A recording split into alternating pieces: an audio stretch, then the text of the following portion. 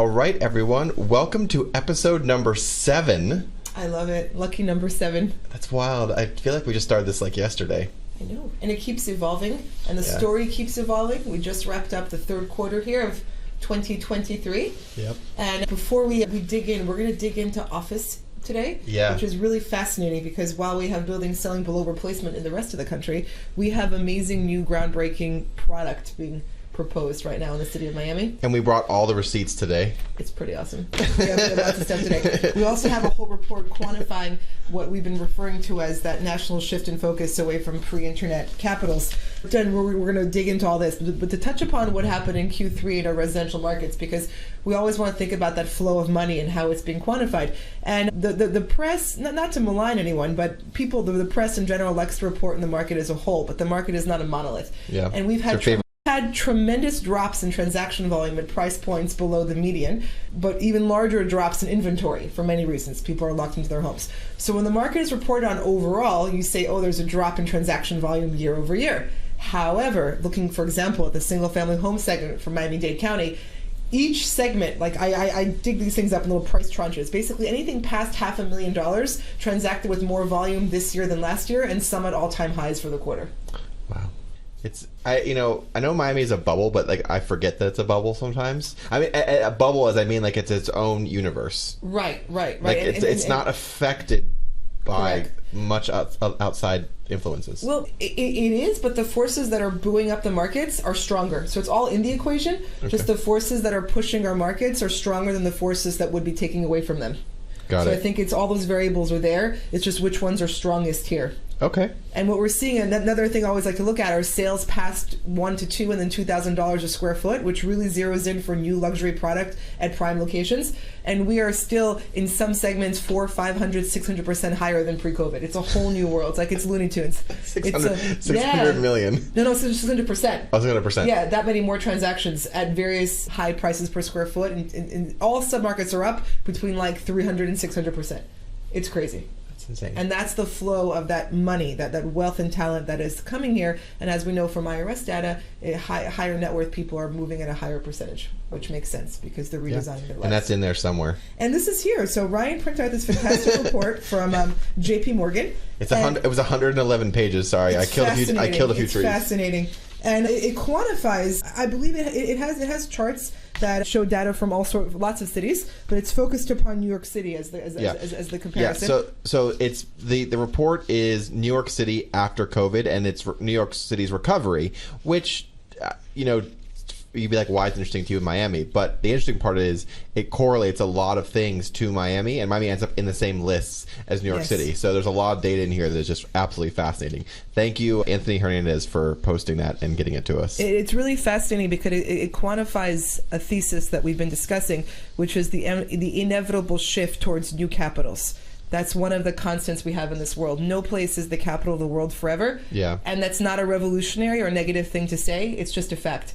Yeah. And I think, what I always I call them superstar cities or former superstar cities. Mm-hmm. And for most of the, let's just say this century, you've had New York, San Francisco, LA, where else am I thinking? Chicago, Seattle, perhaps. Mm-hmm. Those are superstar cities. Right. And Miami was definitely not included on those lists. No, not at all. It wasn't on the same stage at all. Yeah. And now, on that topic of those cities you just listed, there's a chart here in this report that charts net outflows from various cities, estimated net out migration. And the largest numbers 1, 2, and 3 for largest net out migration are San Francisco, Chicago, and New York City in that order. It's wild. Yep. And where are we here? Miami is... Oh, okay. Everyone's negative except for Charlotte, it looks like. We were negative 0.5%. Yeah. Far above that list. Yeah. Yeah. And San Francisco was negative 2.46. Yep. Exactly. And then there's another chart here that, so I often talk about how momentum cycles feed themselves. Yeah. And when there are budget shortfalls, it kind of leads to more budget shortfalls, which leads to more onerous taxation policy, which seems counterintuitive because why would you kick out and tax capital when your jurisdiction needs capital? Yeah. But as we talked about, politicians don't really care. They're not aligned with the long-term prosperity of the jurisdiction. They just want to get reelected, so they're going to keep pandering to the growing percentage that does not pay in. And on that topic, there's a great chart here about New York facing a fiscal cliff that will will require large budget cuts and or tax increases to close. Now, we had a data point, I think it was 2021. The median income of a Manhattanite relocating to Miami was something like $1.2 million. Wow. And for somebody from New York City, it was over $600,000. So now this indicates that given this huge gap in the budget, more taxation would be required to close the gap, which of course will lead to more capital leaving, and the top 1% of taxpayers account for over 40% of the budget. Yeah. So it becomes like a doom cycle. Yeah. A doom spiral. Yep. Yeah. Yep. Here's an interesting one. This one is IRS migration statistics. Oh, yeah. Top 5 and bottom 5 states. Florida was the top with 2.7. Yep. And New York was minus 1.3. Only the only thing lower than that is Alaska. There you go. That's funny. I got a report for Alaska. And actually, going back to a point on the money migration, that it was in Bloomberg recently that was New York and California both experienced $1 trillion of assets under management leaving their states, and that Florida was the largest recipient for those offices heading out of New York, and that we now have more AUM than the state of Connecticut for the first time. So that ties into all of that. And last week we talked about how, or 2 weeks ago we talked about how Florida now is the second most valuable real estate market in the country. Yep, we surpassed New York. New York. Oh, right on topic. We didn't even plan for that last week. and so the interesting thing about this report is not particularly biased about. It's not like this wasn't run by the state of Florida. This was run by J.P. Morgan about with New York the City. New York focus, correct. New York focus. So it's not like they wanted to throw shade on New York. They were just reporting on the data. Do you have the one there about the transit? Yes, it is somewhere in here. Oh, while I have this one in front of me, this is one in industrial vacancies. Miami has the lowest industrial vacancies by quite a bit, and New York is somewhere there in the middle of the pack. So actually, we're leading the whole city list for lowest vacancies for industrial. And somewhere in this massive list, I know there's a lot of papers. I need to organize it better. There was a sheet in there that talked about urban recovery as a whole, and they gave it out of 100 points. Correct. And Miami was 78.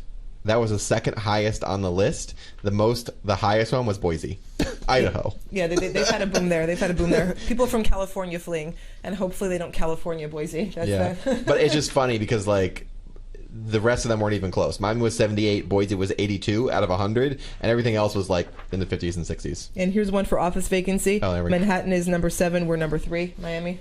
So we're leading the pack there as well. Yeah, and. Speaking of offices, we've had quite a week as far as offices being announced and projects. Here's the transit one. Oh, yes. So Miami-Dade, the mass transit recovery, 100% versus 2019. Mm-hmm. We're number 1 on the list. Yeah. New York City is 73%. Yep. Not number 1 on the list. That's wild. Yeah. And it goes Miami, Houston, Boise. Yeah, the MTA keeps live data on subway usage, and it is not anywhere close to pre-pandemic usage, which affects. Just think of the trickle effects of that in the economy of stores, of restaurants. Yeah, I mean, in New York, that's a very easy way to keep track because not everyone has cars. Correct. But everyone uses transit in New York City. Yep. And I think this is extra hilarious because Miami is really not known as a transit city, and people in Miami don't like riding transit. Correct. So. So, you know what this tells me, actually? This tells me that people are coming from other cities where they did ride transit. That's an excellent point, and they have that habit. Yes, because locals, I'm sorry, they're not riding transit. They're really not. No, it's not in the culture. Yeah, it's not in the culture. You basically ride transit in Miami if you're not from here. Right. Which is becoming increasingly the case. Yeah, and also, I would say the transit is also, there's two things. Basically, if you're in a lower income class, you do use transit, you use the bus. Mm-hmm. That's the extent of it. Correct. If you're a higher income class in Miami, you drive. Mm-hmm. If you're a higher income class and you're not from Miami, you take whatever rail is available to you. That's basically how it cuts.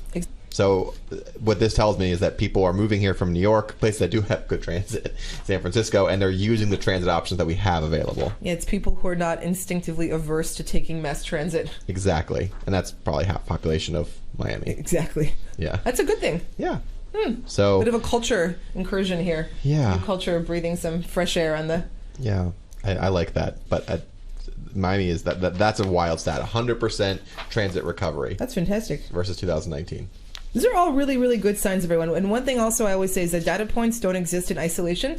They're being driven by things. So it's not like they're just going to disappear. So the forces that are pushing this have just begun. And it is part of that shift into a 21st century reality, which is inevitable. And on that topic, there's a chart here showing remote work. So it says close to 35% of New York workdays are still remote.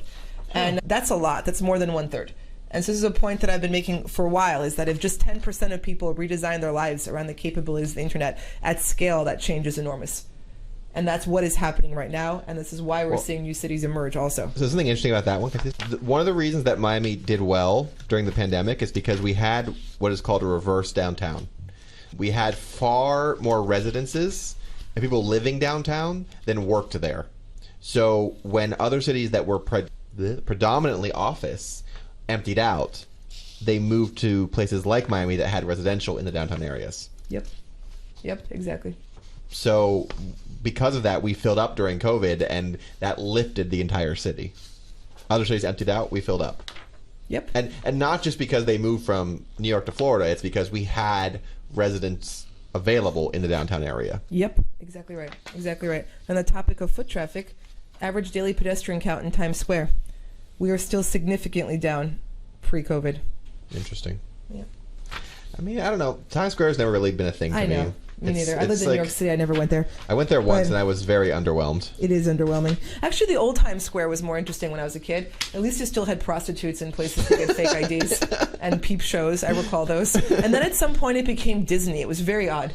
And I wouldn't really frequent either version, but the Disney version was somehow worse. Yeah, it's like sanitized. It was very odd. And I went there. They made it all pedestrian. And I went there, and it was these, not to be mean, but it was these obese American tourists sitting on chairs, holding large drinks, looking up at the screens, and looking at advertisements on the walls. It's like Wall-E. It was really creepy, actually. I was like, wow, the streetwalkers and the peep shows were somehow better. But perhaps it's going back to that now. We'll see. Yeah, there's a bit. So, guys, you can pull this report as J.P. Morgan, and the title of the report was New York City, just how I pictured it.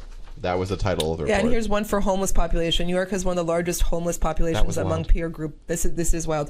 It says, according to this report, which is for 2022, 61,840 homeless people. Miami has 3,276, representing 0.1% of our population, whereas that one represents 0.7. That's a huge difference. Yeah, and I mean, you do have to adjust per capita, but So for New York, it's 0.7% of the whole population. In Miami, it's 0.1. Wow. So even with that comparison. Yeah. I think Miami is something interesting. We have what's people, it's controversial, but it's called functional zero homeless. And basically that means we've tried or helped everyone who wants to and will receive help. That's what, yes. That's what functional zero means. Basically, everyone that's left on the streets, the vast majority of them refuse help. Correct. They refuse services. They refuse beds or whatever they're being offered, and they want to stay on the streets. Yep. And I have friends actually who are part of this effort who reach out to these people, and that's 100% accurate. Yeah. They can show them pictures, say, look, it's a nice facility, it's nothing horrible, and they just don't want to go. And at that point, there's nothing you can do. They're adults. You can't force them. Yeah. And so that's why it's called functional zero. Makes sense. Yep. Yeah, they have it here as as percentage of population. So New York is marked in red. It's one of the higher ones at 0.7. What is San Francisco? San Francisco is the highest at 1% of the city is homeless? Yeah. Wow. And that's the gross number is 7,754, but per capita it's 1%. Can I see? Yeah, that's crazy. San Francisco's only 7,000 homeless people? I don't believe that. There's no way. There's no way. Even that's 1% of the population. Yeah. I feel like that's vastly undercounted. Perhaps. Just from living there, even back when I did in 2016. Oh, look, here's the budget gap one. Oh, yes. Yeah, that budget gap's a real thing. It's a real thing. And especially as high value earners leave and take money with them, it becomes an even more real thing, and these things can escalate quickly. Yeah. Yep. Yeah. I feel like we could do a 3-hour podcast just on this report. Just on that. It's amazing. Just on this report. But anyway, it ties into our deep dive in office buildings. Yes. Because this is all that shift of where people are coming to live and work. So people are not coming here any longer to just park money or go on vacation. This has become the place to pursue one's version of the American dream, to live and to create. And as we've covered in previous podcasts, in other cities, if they have office space, it's either vacant, they're demolishing it, they're repurposing it, they're selling it for less than replacement value, they're giving it back to lenders, they're getting foreclosed on, all those fun things. And this is across the country, not just one city. This is basically everywhere. However, last week in Miami, we had four major office projects, Class A projects done. And this one, it's not going to show up well in the video, but whatever. That's the one for 1,000 group, right? Yeah, this is in Edgewater, and I know this picture is kind of bad, but this is 195, the Julia Tuttle Causeway, and this is a gas station right now. It's like a Shell gas station. 1,000 Museum was a gas station also. Yeah, it must be their thing. There you go. But this is a 45-story Class A office, and this is the type of office you'll see at like Hudson Yards or something. Yeah. And this is like... It's super fancy. And this is like a mile away, or a mile and a half from like the business district and Brickell. It's just sort of like... It's just sort of like there by itself. Chilling. It's a great spot. Although it is gonna that intersection at Biscayne and 36 and 195 is going to be bad.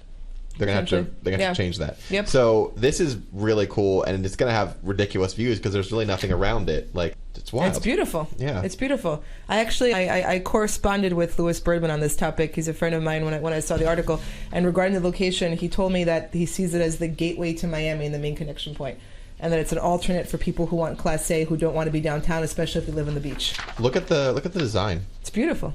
The design is really cool. It's not something we've seen before, at least from me, in office projects in Miami. It's very beautiful. And look at that's like the valet area. Wow. Yeah, and he mentioned all the people moving to Edgewater and so forth, which we've covered. Yeah. The quantity of projects coming there. So it's a very, very smart play. It's a beautiful project. They're placing it kind of slightly ahead of the curve of where population is going. And speaking of that area, so the Midtown Edgewater Design District area is like on fire. This is another office project that is only like 6 blocks from that. It's also on 195. It's right across the street from Midtown. Beautiful. And once again, this is another Class A office that's, I think this was only like 12 or 13 stories, but very high end. This is somewhere where you'd put like Meta or Microsoft or Apple or like or a hedge fund. Like, correct. We're building these. Who would have thought? Just like 15 years ago. I know. And this is not an area where you would think, oh, I'll put office there. No. Like, it's nowhere near the CBD or Brickell. Correct. But it is where product is being delivered. So looking ahead of the curve, it's a smart thing to do. Yeah. And then moving across the bay, this is on Alton in Miami Beach. Right. This is another office building in Miami Beach. And they call it Bioflic. Bioflic, whatever that word means. I think it means it's covered in plants. Yes, it looks very green. So, and this is it's like a 5-6 story office building in Miami Beach on Alton Road. How wonderful. Yeah. That's just fantastic. Wow, continue this office story. I have too many papers here. If I can find it. This one. Coming back across the bay. This is 848 Brickell. Beautiful. This is the Key building. So it's just south of 8th Street. And this is like a 40, 50 story office Class A building. This one is going to include two padel courts included. Wow. Very Miami. That is very Miami. I love it. So we have... How optimistic is all this? It's wild. It's very optimistic. Oh, and then also in this photo, they're of course not showing it, but one Brickell City Center goes like right here. Right. So you have two massive... Oh, and then behind it, right over there, is 830 Brickell. Amazing. So you have 3 massive office towers within like 3 blocks of each other. It's just wild. Amazing. And listen, as you guys will know, I am a very big proponent of work from home and hybrid, but obviously companies still see a value, and investors still see a value in building these flagship office spaces. And they may accommodate hybrid schedules. It all could be part of it. Yeah. And I think it is. Like, it's just beautiful. Like, look at And look how beautiful the buildings are. You may want to come in a few times a week. Exactly. just for the amenities. And then there was one other one. I have too much. I have way too many papers. Oh, this one is in My World Center. This is the Natalfi. Not Natalfi. Who is this? No, this is I cannot talk today. Too much. I'm overloaded. This is the Ababi Capital in Coral Gables. Oh, yes. I'm totally butchering it. I'm sorry. But this one has, one of the towers is condo residential, and the other one is office. It's like the smaller tower is like 300,000 square feet of office. Amazing. And so this one's in My World Center. And it's going to have condos and residential right next to it. Amazing. So it's just Just 20 years ago, this would have been unthinkable. Yeah, I mean, like, look at this. Like when we talked this before, when I got here in 2017, this was blank. Yeah. Like, everything you see in this image was like blank. It was dust. Yep. Exactly right. And again, put this together. This very optimistic, future-paced renderings with all those economic and population indicators. Yeah. And I think it becomes very, very clear that we're still in the early days of a major shift. Yeah. And then I have one other. So this is from Brickell, another Brickell thing. So this is a story from Next Miami. Development plan approvals granted for 4 Brickell towers on the same block, and that is the total unit count for that is 1,995. Wow. And this is like West Brickell. This is one of them. This is amazing. Yeah. It's amazing. It's the city of the future being built. I really believe this. Like, you guys all know how much I enjoy the news. I can barely keep up with this. Yes. Barely. As you can see, I'm drowning in papers here. This is not the reality in other cities in this country. Yeah. At all. This is Central Brickell by PMG. It's 2 towers. This one's West Pine in Brickell. This is that one by the Aston Martin guys. Mm-hmm. This is they're calling it 8 Caliocho or something. I don't know. But look at it has like this wild architecture, and it's kind of like a music hall. Aston Martin does a little bit too. It has that, yeah. Yeah, same. It's the same. And this is also a gas station right now. It was all gas stations. Yeah. Gas stations being replaced by high rises, and electric cars taking over. That's it. It's funny. I saw a story. Maybe it was this one, or I think it was this one, and it was a press, and they were covering it, and they said. In like the top of their stories, they said it was replacing a gas station that was like the last one in Brickell, but they framed it like, oh no, like it's like replacing one of the only gas stations in Brickell, and I was just like, what? It's this, this isn't, yeah. So a lot of reporters have this development bad, evil developers bad, everything needs to stay the way it was. But how about it doesn't? We don't need it anymore. Yeah, like I mean, we do need gas stations, but I don't think gas stations should be in the urban core. Correct. I guess that's what I mean. They should be west of 95 Is that somewhere. Best use of that piece of land? Probably not. No. Exactly. And it's probably not very environmentally friendly either. That too. So, it's just like guys. There's a lot going on. There's so much going on, and like I don't even know. What was a couple of big office lease signings also? Was it Sony? Yeah, Sony is moving into 545 Wynwood, the one right by. It's a very 95. Big lease, right? They're consolidating their offices into that building. Yeah, good for them. It's taken a while for them to lease that because 545 Brickell is the office building that's sort of by itself. It's like out there by 95, and there was another lease signing that I saw that I'm forgetting right now, but Greenberg Traurig re-signed a big lease. Okay. That was a renewal that was big. Oh, and speaking of leases, that's going back to the story. What I was saying is I saw a story on The Real Deal about how some of these investors are getting terrified because of their exposure to WeWork. Oh, yeah. Yeah. And like a lot of these, like WeWork has so much square footage in New York City. And they said, they put out a news thing a couple of weeks ago that was like, they're going to renegotiate all of them. Ouchie. And I think I think that probably strikes fear into owners. I mean, as it should. Yeah. Because they're going to renegotiate for far lower terms, obviously. Or they'll renegotiate or walk away. Or walk away. Yeah. It is. So do you have any other stories that you liked recently?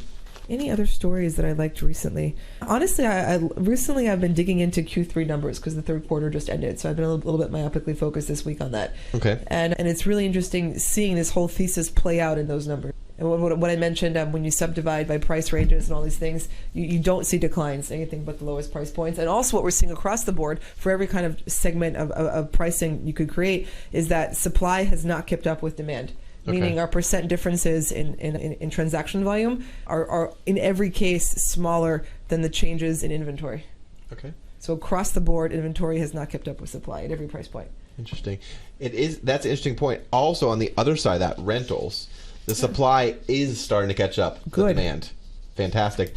I just signed my lease yesterday on my new place. Congratulations. I'm moving to Canvas, and I got a relatively good discount on it. That's wonderful. Like it was listed, they had discounted a couple, like $100, and then I put an offer in for $100 less, and they took it. That's amazing. I got a really good unit for a great price. That's wonderful. And they have great amenities there, the rock climbing wall and everything. Yes. I know that And building. they have like a rooftop pool, which I'm very excited about. So that's as it should be. That's a healthy thing in the market.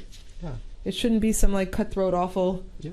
And there's just in one block in Brickell, there's 2,000 units in progress. And they were all approved, by the way. That's amazing. They were just like approved. People should be able to rent a place and not pay 40% of their income. Okay, this is all a wonderful thing. Yeah. So I'm all for this. And Miami is not afraid to build. Back to that point. Yes. And I think you had something this week showing that the small number of projects approved in New York City, housing units. Yeah, it's in there somewhere. It's in there somewhere, which is it was a very small number given the size of the city. And again, that's also quite the opposite of the reality we're seeing here, where not only are we adding office, we're also adding residential units. Yeah. Oh, I saw in there for some weird reason, I don't know why, but it said in New York City you cannot build on parking lots. Well, I don't know.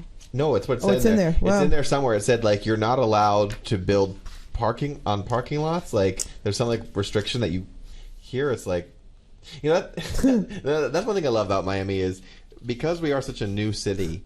We don't really care that much about these things. It's like a parking lot, a gas station. I remember there was a big uproar in San Francisco a couple months or a year ago. They declared like a Nordstrom parking lot historic.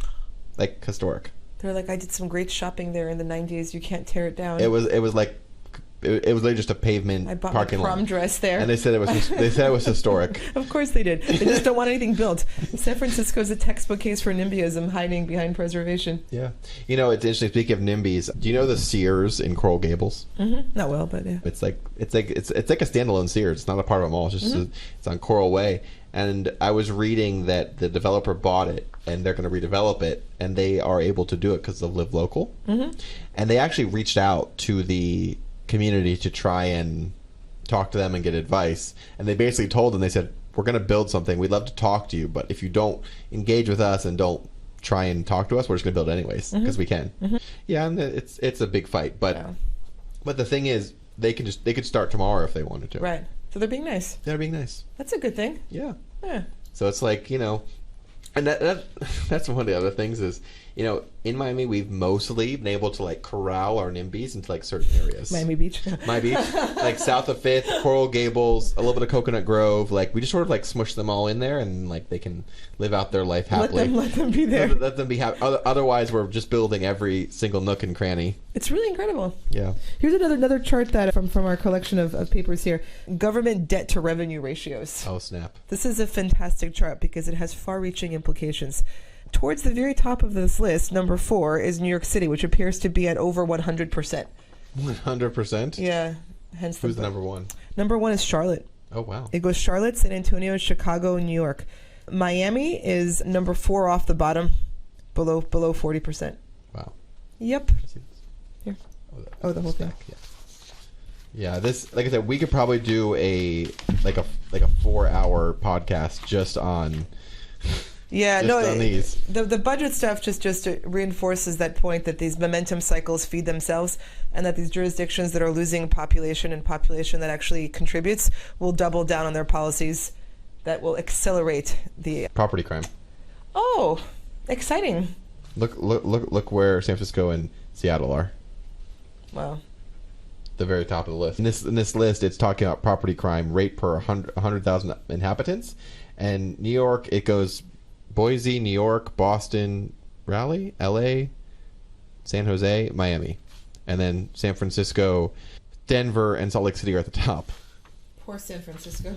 Yeah. Well, you know, that's something else. It's always just to look at these charts regarding crime, because you have to really go into the nuance of it, like you're saying, nuance, because if you look on paper at Miami and San Francisco, Miami looks way more crime-ridden. It looks more dangerous.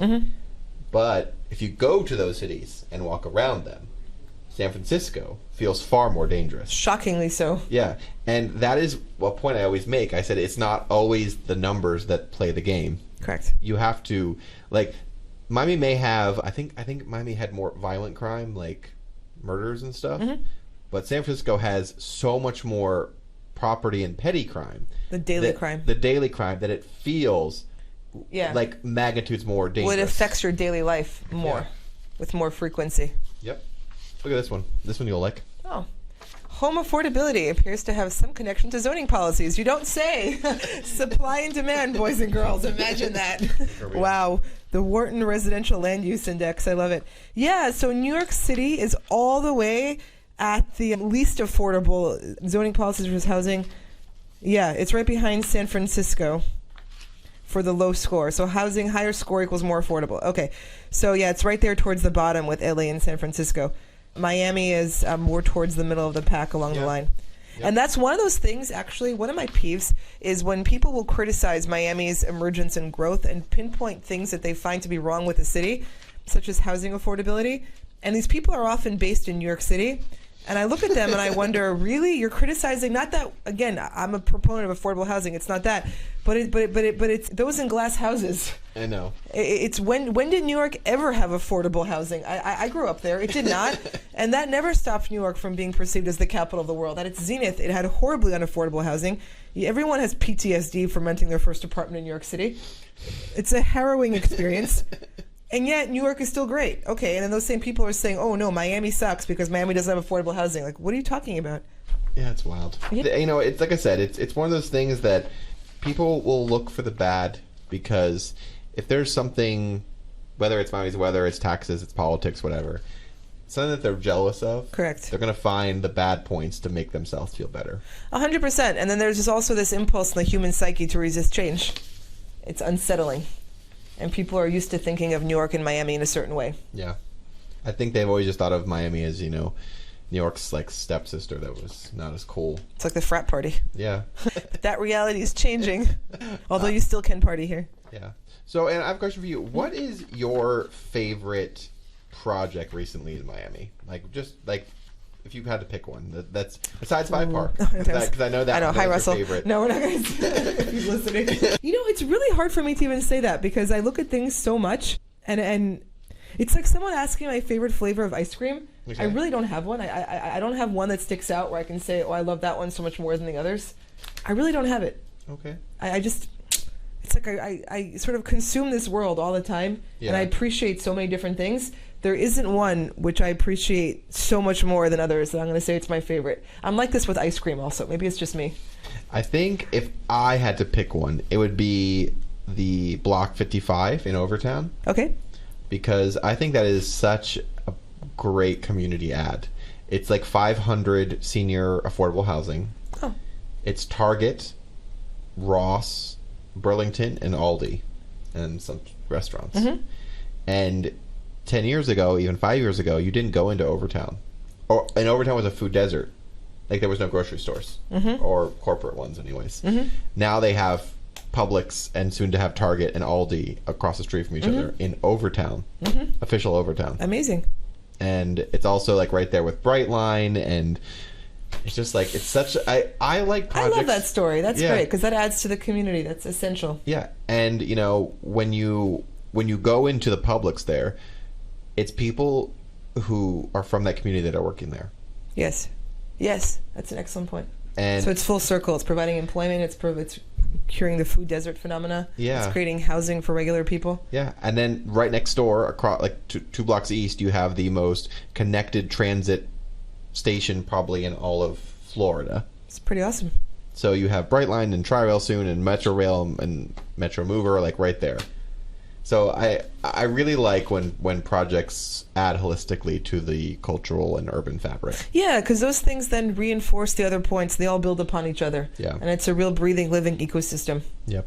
I like that, and I also love when developers take chances on neighborhoods that are up and coming. Yeah.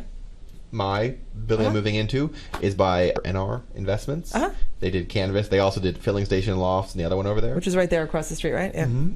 And those, when they built those... There's nothing there. It was dust. People thought it was odd. Yeah. They were kind of out there in the...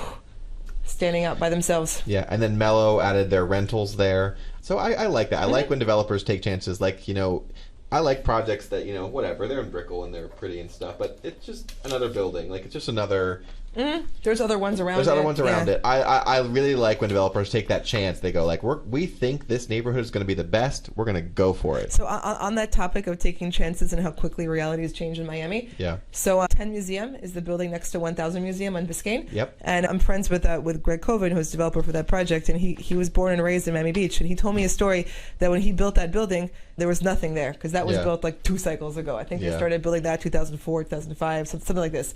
And when he wanted to build there, he told me that his friends from Miami told him that he was crazy because there were crackheads in the park. That wasn't that long ago. Isn't that amazing? So with that, this is a random fact, but when they opened the Metro Mover to what was then Bicentennial Park, it only was open for a year because there was no one around it, and that park was full of crackheads. Right. And they literally would steal the metal like things off the stairs to sell for scrap. Yes. Scrap metal salvaging was going on. What are you doing there? They would take it. They would take it off of the stairs. There's like the risers, the metal things on the ride. They'd take them off for scrap, and that was only 15, maybe 20 years ago. It's amazing. It's amazing. Yeah. And now, I mean, our airports are well beyond pre-COVID numbers. Everything is flowing, and as quickly as we've seen this change happen since 2004 or 5, whatever I just said, 20 years. Yeah. Let's say over 20 years. The next 10 years, I think, will be even more interesting. And I'm very excited for all these projects to sort of pop and deliver because it's just going to allow more people to be here. It's going to bring rents down. It'll add to the tax base. It'll help with infrastructure and impact fees. Like 100%. And those are real communities of real people who live there. Yeah. And I think one interesting thing is, yes, we're still building condos, but we're building so many multifamily that they have, like, developers want people to be in them. Correct. It's a good thing. Yeah. I love it. It's a good thing. Miami's not afraid to build. Yeah. And any closing notes for this episode? No, actually, I'm going to be taking the new Bright Line to Orlando, most likely. Oh, nice. In November, what day? 3rd or 4th, it's a Friday. I'm speaking at a conference, the Proppy Web 3.0 conference. Oh, yes. And then that same night or afternoon, I have to get to Orlando to get weighed in, because I'm competing at the ADCC. Oh, yes, you have your super Open. thing. No, that's the following weekend. Oh, okay. So I'm competing in Orlando at the ADCC Orlando Open. It's a grappling tournament. That's that weekend. And the weekend after that, I have a super fight at my gym. So let's not get too dramatic. It is in the cage, but it's just grappling. They have a fight night at my gym. This is my double life. Super fight means no weigh-in. It's any weight class. And so my opponent is significantly heavier than me, but alas, it's okay. She's significantly heavier than me. Wow. I know. They told me super fight, and I said, oh, no weigh-in? I said, yeah. I said, oh, how much does she weigh? Because I knew they wouldn't be nice to me and give me somebody smaller than me. That's awesome. And it's going to be streamed on pay-per-view, and it's all going to be at MMA Masters, where I train every day. Hello, everyone, in Hialeah. So I train with the team there. And I don't do MMA, but I do all my grappling and wrestling with them, the guys. That's wow. the girls. That's awesome. Yeah. Well, guys, thank you for listening, and also I want to let you know that we film this every week here at Office Logic. Every 2 weeks. Oh, sorry, I need more coffee. I need more coffee. We film this every 2 weeks here at Office Logic. This is the content room, and you guys can use this if you are a member here. And it includes 3 cameras. And I'm always tweaking and adding to it. So it's amazing. Just the progression. Now we're in episode 7. What he's done to this room is remarkable. Yeah, it's fun. Like I love iterating on things, like tweaking and just like, it could be a little better over here, and this could be a little better. And it doesn't always work. Ending up, it's amazing. Hey, also it's our birthday soon. That's right, December 4th, December 5th. Yes. We're both crazy Sagittariuses over here, which I don't even know how to make this podcast. I feel like we should be like mortal enemies or something. Like, it's weird. But anyways, our birthdays are coming up, so if you want to guess anything, you can. I know. We need to have a wish list for Amazon for whatever fans we have out there. Shout out everybody. We accept gifts. Yeah, I need to make like a wish list for this room of things that I want. Oh yeah, I'm gonna be like one of those OnlyFans girls with the Amazon wish list. It's fantastic. Okay, guys. Before this goes before we go all the way off the rails, thank you for listening, and please make sure and download and tell your friends. We enjoy making this for you, and we hope you enjoy it. Thank you. Have a great week, everyone. See you guys in 2 weeks. Bye.